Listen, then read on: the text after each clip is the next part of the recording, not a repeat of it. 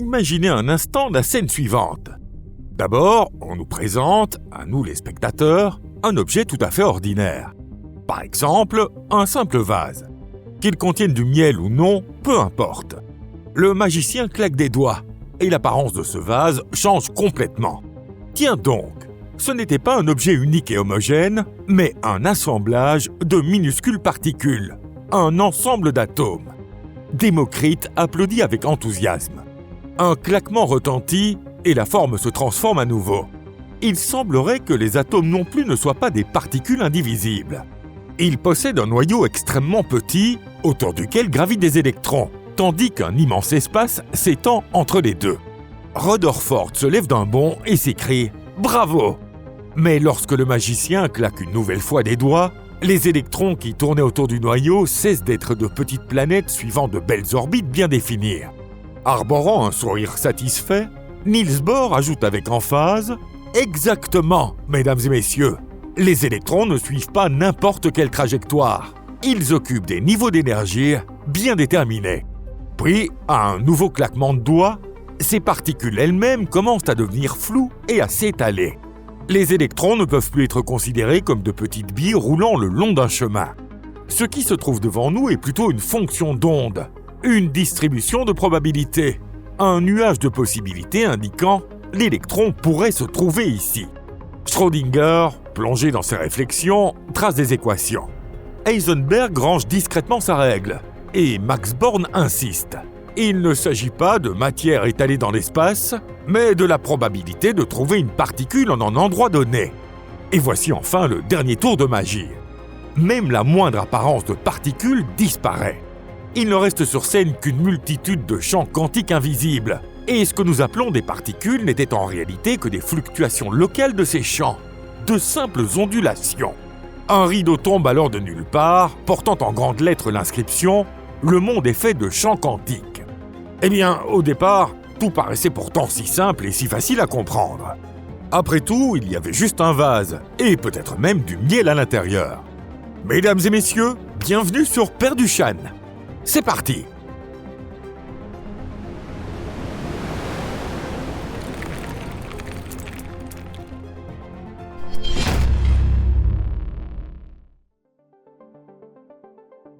La physique qui s'est perdue en chemin. Revenons un instant dans cette salle où Démocrite et Bohr applaudissaient tout à l'heure. Il faut reconnaître qu'eux avaient la vie facile.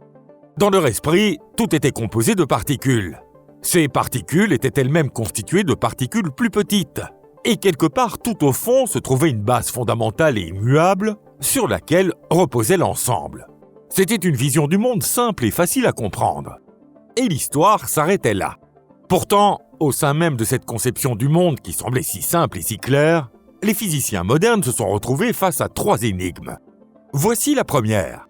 Pourquoi tous les électrons de l'univers sont-ils absolument identiques ? Pas simplement semblables, ils sont réellement indiscernables. Même si vous preniez un électron de votre doigt, enfin, peu importe que ce soit un doigt, et que vous l'échangiez avec un électron situé sur une étoile à l'autre bout de la galaxie, l'univers ne remarquerait absolument rien. S'il ne s'agissait que de simples particules, pourquoi toutes les particules de l'univers semblent-elles avoir été fabriquées à partir d'un même modèle, identique jusqu'à une précision infinie après la virgule ?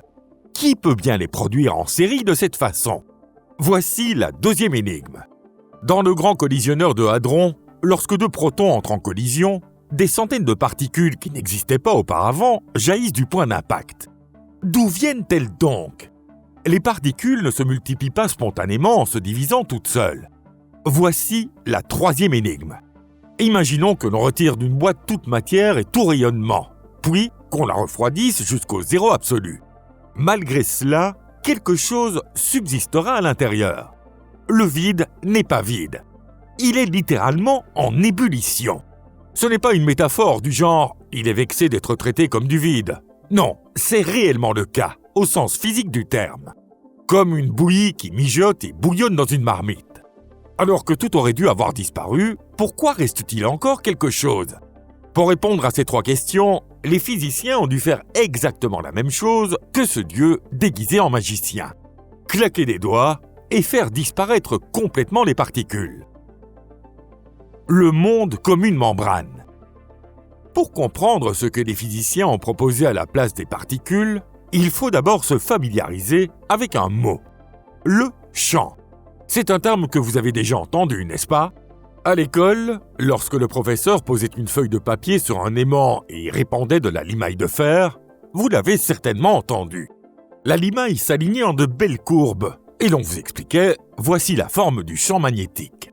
À ce moment-là, beaucoup d'entre nous ne pensaient probablement pas du tout à la physique et avaient l'esprit ailleurs, ce qui est un peu dommage. Car ce motif dessiné par la limaille est peut-être l'une des images les plus importantes de toute l'histoire de la physique, du 19e au 21e siècle. Je vais maintenant vous expliquer pourquoi. Pour faire court, qu'est-ce qu'un champ? Imaginez que vous vous trouviez dans une pièce et que vous mesuriez la température à différents endroits. Près de la fenêtre, il fait froid. Près du plafond, il fait plus chaud. Cette carte des températures dans toute la pièce est en substance ce qu'on appelle un champ de température. De la même manière, il existe des champs magnétiques, des champs électriques, des champs gravitationnels et bien d'autres encore. Ce qui est essentiel ici, c'est qu'un champ existe, même lorsqu'il ne s'y passe rien à un instant donné. Même si vous ne tenez pas de boussole dans votre main, le champ magnétique terrestre est toujours là. Il n'y a simplement rien à cet endroit pour le révéler. Les champs existent en permanence. Ils sont comme la toile de fond sur laquelle se déroule le spectacle de la réalité. Ou plutôt, non, pas exactement une toile de fond, mais nous y reviendrons dans un instant. Maintenant, poussons l'exercice d'imagination un peu plus loin. Imaginez que, depuis le bout de votre nez jusqu'à la galaxie la plus lointaine observée par le télescope spatial James Webb, une fine membrane parfaitement transparente soit tendue à travers tout l'espace de l'univers, en traversant tous les objets qu'il contient. Cette membrane est partout. Sous votre bureau, dans l'espace entre les galaxies, même à l'intérieur des trous noirs, même dans le café que vous êtes peut-être en train de boire. Vraiment partout. Que se passerait-il si vous la touchiez du doigt? Exactement. Une onde se propagerait.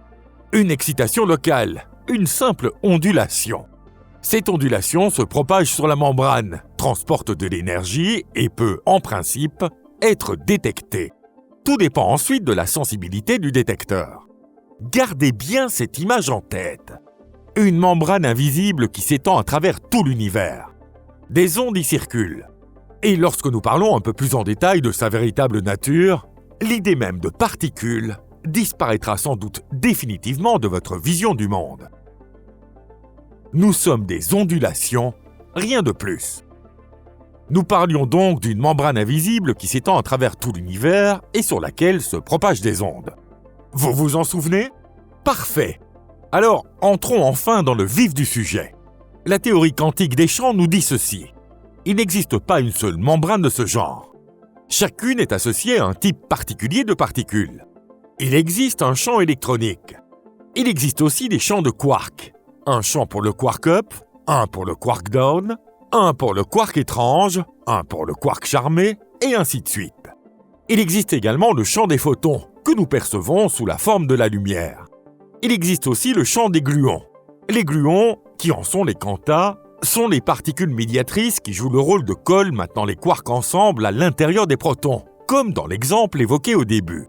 Et il existe également le champ de Higgs, probablement le plus célèbre aujourd'hui, dont la particule associée a été découverte au CERN en 2012, découverte récompensée par le prix Nobel l'année suivante. Au total, il existe une vingtaine de champs fondamentaux de ce type, et tous traversent simultanément chaque point de l'espace où vous vous trouvez à cet instant même. Oui, littéralement, tous en même temps. Et c'est ici que se trouve l'idée la plus importante de toute cette vidéo. Une particule n'est rien d'autre qu'une excitation locale apparue dans l'un de ces champs. Autrement dit, une petite déformation de la membrane ou une unité de vibration. Oui, un électron n'est pas une particule solide. Un électron est l'équivalent d'une petite impulsion donnée au champ électronique. C'est une onde locale, stable et minuscule, apparue sur cette membrane qui s'étend à travers tout l'univers. Quant au photon, eh bien, il est le résultat d'une impulsion sur le champ des photons. Les quarks, eux aussi, sont le résultat d'impulsions sur leur propre champ. Et il en va de même pour tout le reste. Il existe autant de types d'impulsions que de types de champs. Tout ce que nous avons jusqu'à présent appelé matière n'est en réalité qu'un ensemble d'ondulations. Et, soit dit en passant, nous aussi sommes de simples ondulations. Cette idée, aussi étrange puisse-t-elle paraître, répond aux 3 énigmes évoquées plus tôt et permet à la physique de sortir du labyrinthe où elle s'était égarée. Pourquoi tous les électrons de l'univers sont-ils identiques ? Parce qu'il ne s'agit pas de particules distinctes fabriquées dans une même usine. Ils sont tous issus d'un seul et même champ, d'une seule et même membrane. Tous les électrons de l'univers ne sont que des vibrations de cette membrane. Il est donc tout à fait normal qu'ils paraissent identiques. C'est exactement la même chose qui apparaît simplement à des endroits différents. Demander pourquoi 2 électrons sont identiques revient à demander pourquoi 2 vagues à la surface de l'océan sont faites de la même eau. Après tout, il s'agit du même océan. Alors pourquoi de nouvelles particules apparaissent-elles dans les accélérateurs ? Lorsque 2 protons entrent en collision à une vitesse proche de celle de la lumière, leur immense énergie est soudainement injectée dans les champs environnants. Cette énergie se propage sur les membranes comme des rides à la surface de l'eau, jusqu'à ce qu'une ondulation suffisamment intense se forme dans l'un des champs et se transforme en une nouvelle particule. Ce ne sont pas des particules qui se multiplient, ce sont les champs qui s'échangent continuellement de l'énergie. Une excitation dans une membrane provoque des vibrations dans d'autres membranes. En somme, rien de mystérieux, il s'agit simplement d'un rééquilibrage de l'énergie. Alors pourquoi le vide bouillonne-t-il comme une marmite de bouillie ? Parce que le vide n'est pas vide. Lui aussi est rempli d'innombrables champs. Il ne contient simplement pas de grandes excitations à cet instant. Les petites ondulations, les fluctuations, elles, sont toujours présentes. Le principe d'incertitude d'Heisenberg l'exige. Aucun champ ne peut, même en théorie, demeurer parfaitement immobile. Tous vibrent inévitablement, ne serait-ce qu'un peu. Ces infimes fluctuations permanentes, qui se produisent simultanément dans tous les champs, constituent précisément ce que nous appelons l'espace vide. Je vous avais dit tout à l'heure que l'image de la particule allait complètement s'effondrer, n'est-ce pas ? Félicitations ! Elle a désormais disparu sans laisser de traces. 3 phénomènes bien réels. Après tout ce que nous avons vu jusqu'ici, vous vous dites peut-être ce n'est encore qu'une de ces spéculations dont les scientifiques ont le secret. Qu'est-ce que l'être humain est capable d'inventer pour justifier un salaire confortable, n'est-ce pas ?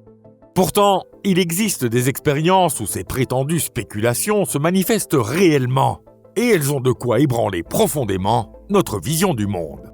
Prenons l'effet Casimir. Si l'on place dans le vide 2 plaques métalliques parfaitement lisses et qu'on les rapproche très délicatement jusqu'à une distance représentant une fraction de micromètre, elles commencent à s'attirer. Pourquoi donc ? Parce que même un espace qui semble totalement vide est, à l'échelle quantique, rempli de photons virtuels. De minuscules fluctuations y sont constamment présentes. Lorsque les plaques sont éloignées l'une de l'autre, la situation est symétrique et reste équilibrée. Mais lorsqu'elles sont rapprochées jusqu'à presque se toucher, le nombre de fluctuations entre elles devient légèrement inférieur à celui de l'extérieur. Et cette différence infime suffit à engendrer une force qui attire lentement les 2 plaques l'une vers l'autre. Cet effet a déjà été mesuré expérimentalement dans les années 1990. Autrement dit, le vide pousse sur le métal.